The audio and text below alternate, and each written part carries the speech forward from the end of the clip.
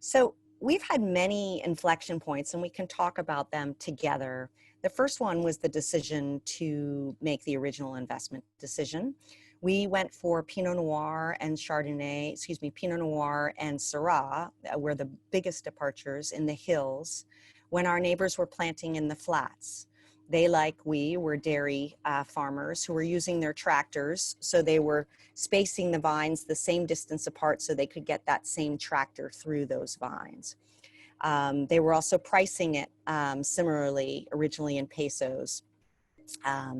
We instead decided to plant in the hills, and in many ways used an outsider's perspective and then leveraged our insider's experience to make things happen for us.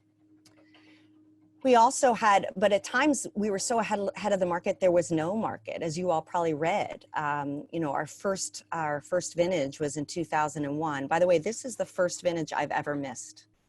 I've ever not been in Chile for a vendimia. It took a global pandemic to keep me away. But our first harvest, we had our beloved grapes. I had all these beautiful contracts. I got to tell you, these were good looking contracts that, you know, I did all this best practice research and the like, based on Burgundy, on the Sonoma coast, on these other markets to try to bring it, to see if it might work in Chile. And I got fired as the head of grape sales.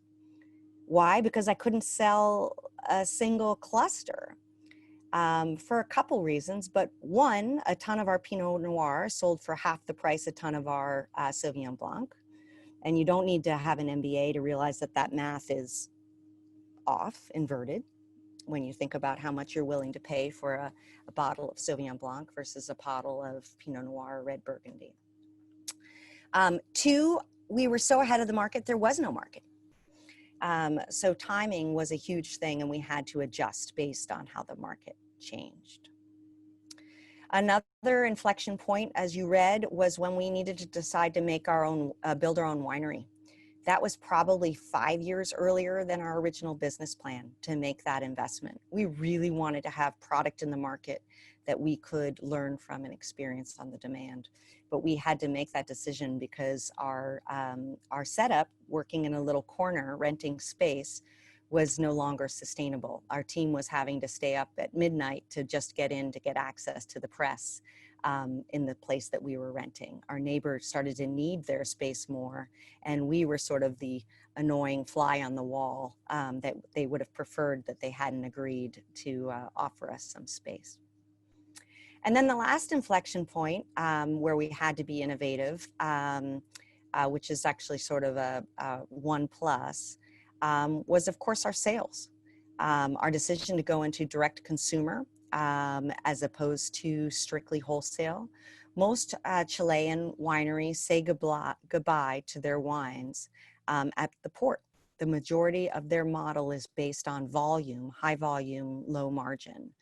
And there's sort of two places that you can make money in wine and have a viable business.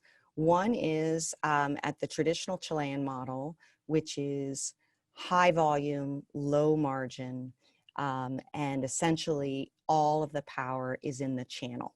So by that, I mean all the power is in sales and distribution. The other end is where we are, which is closer to production.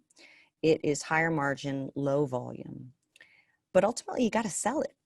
Like ultimately, you can make the best stuff in the world, but if you can't sell it, you have no business.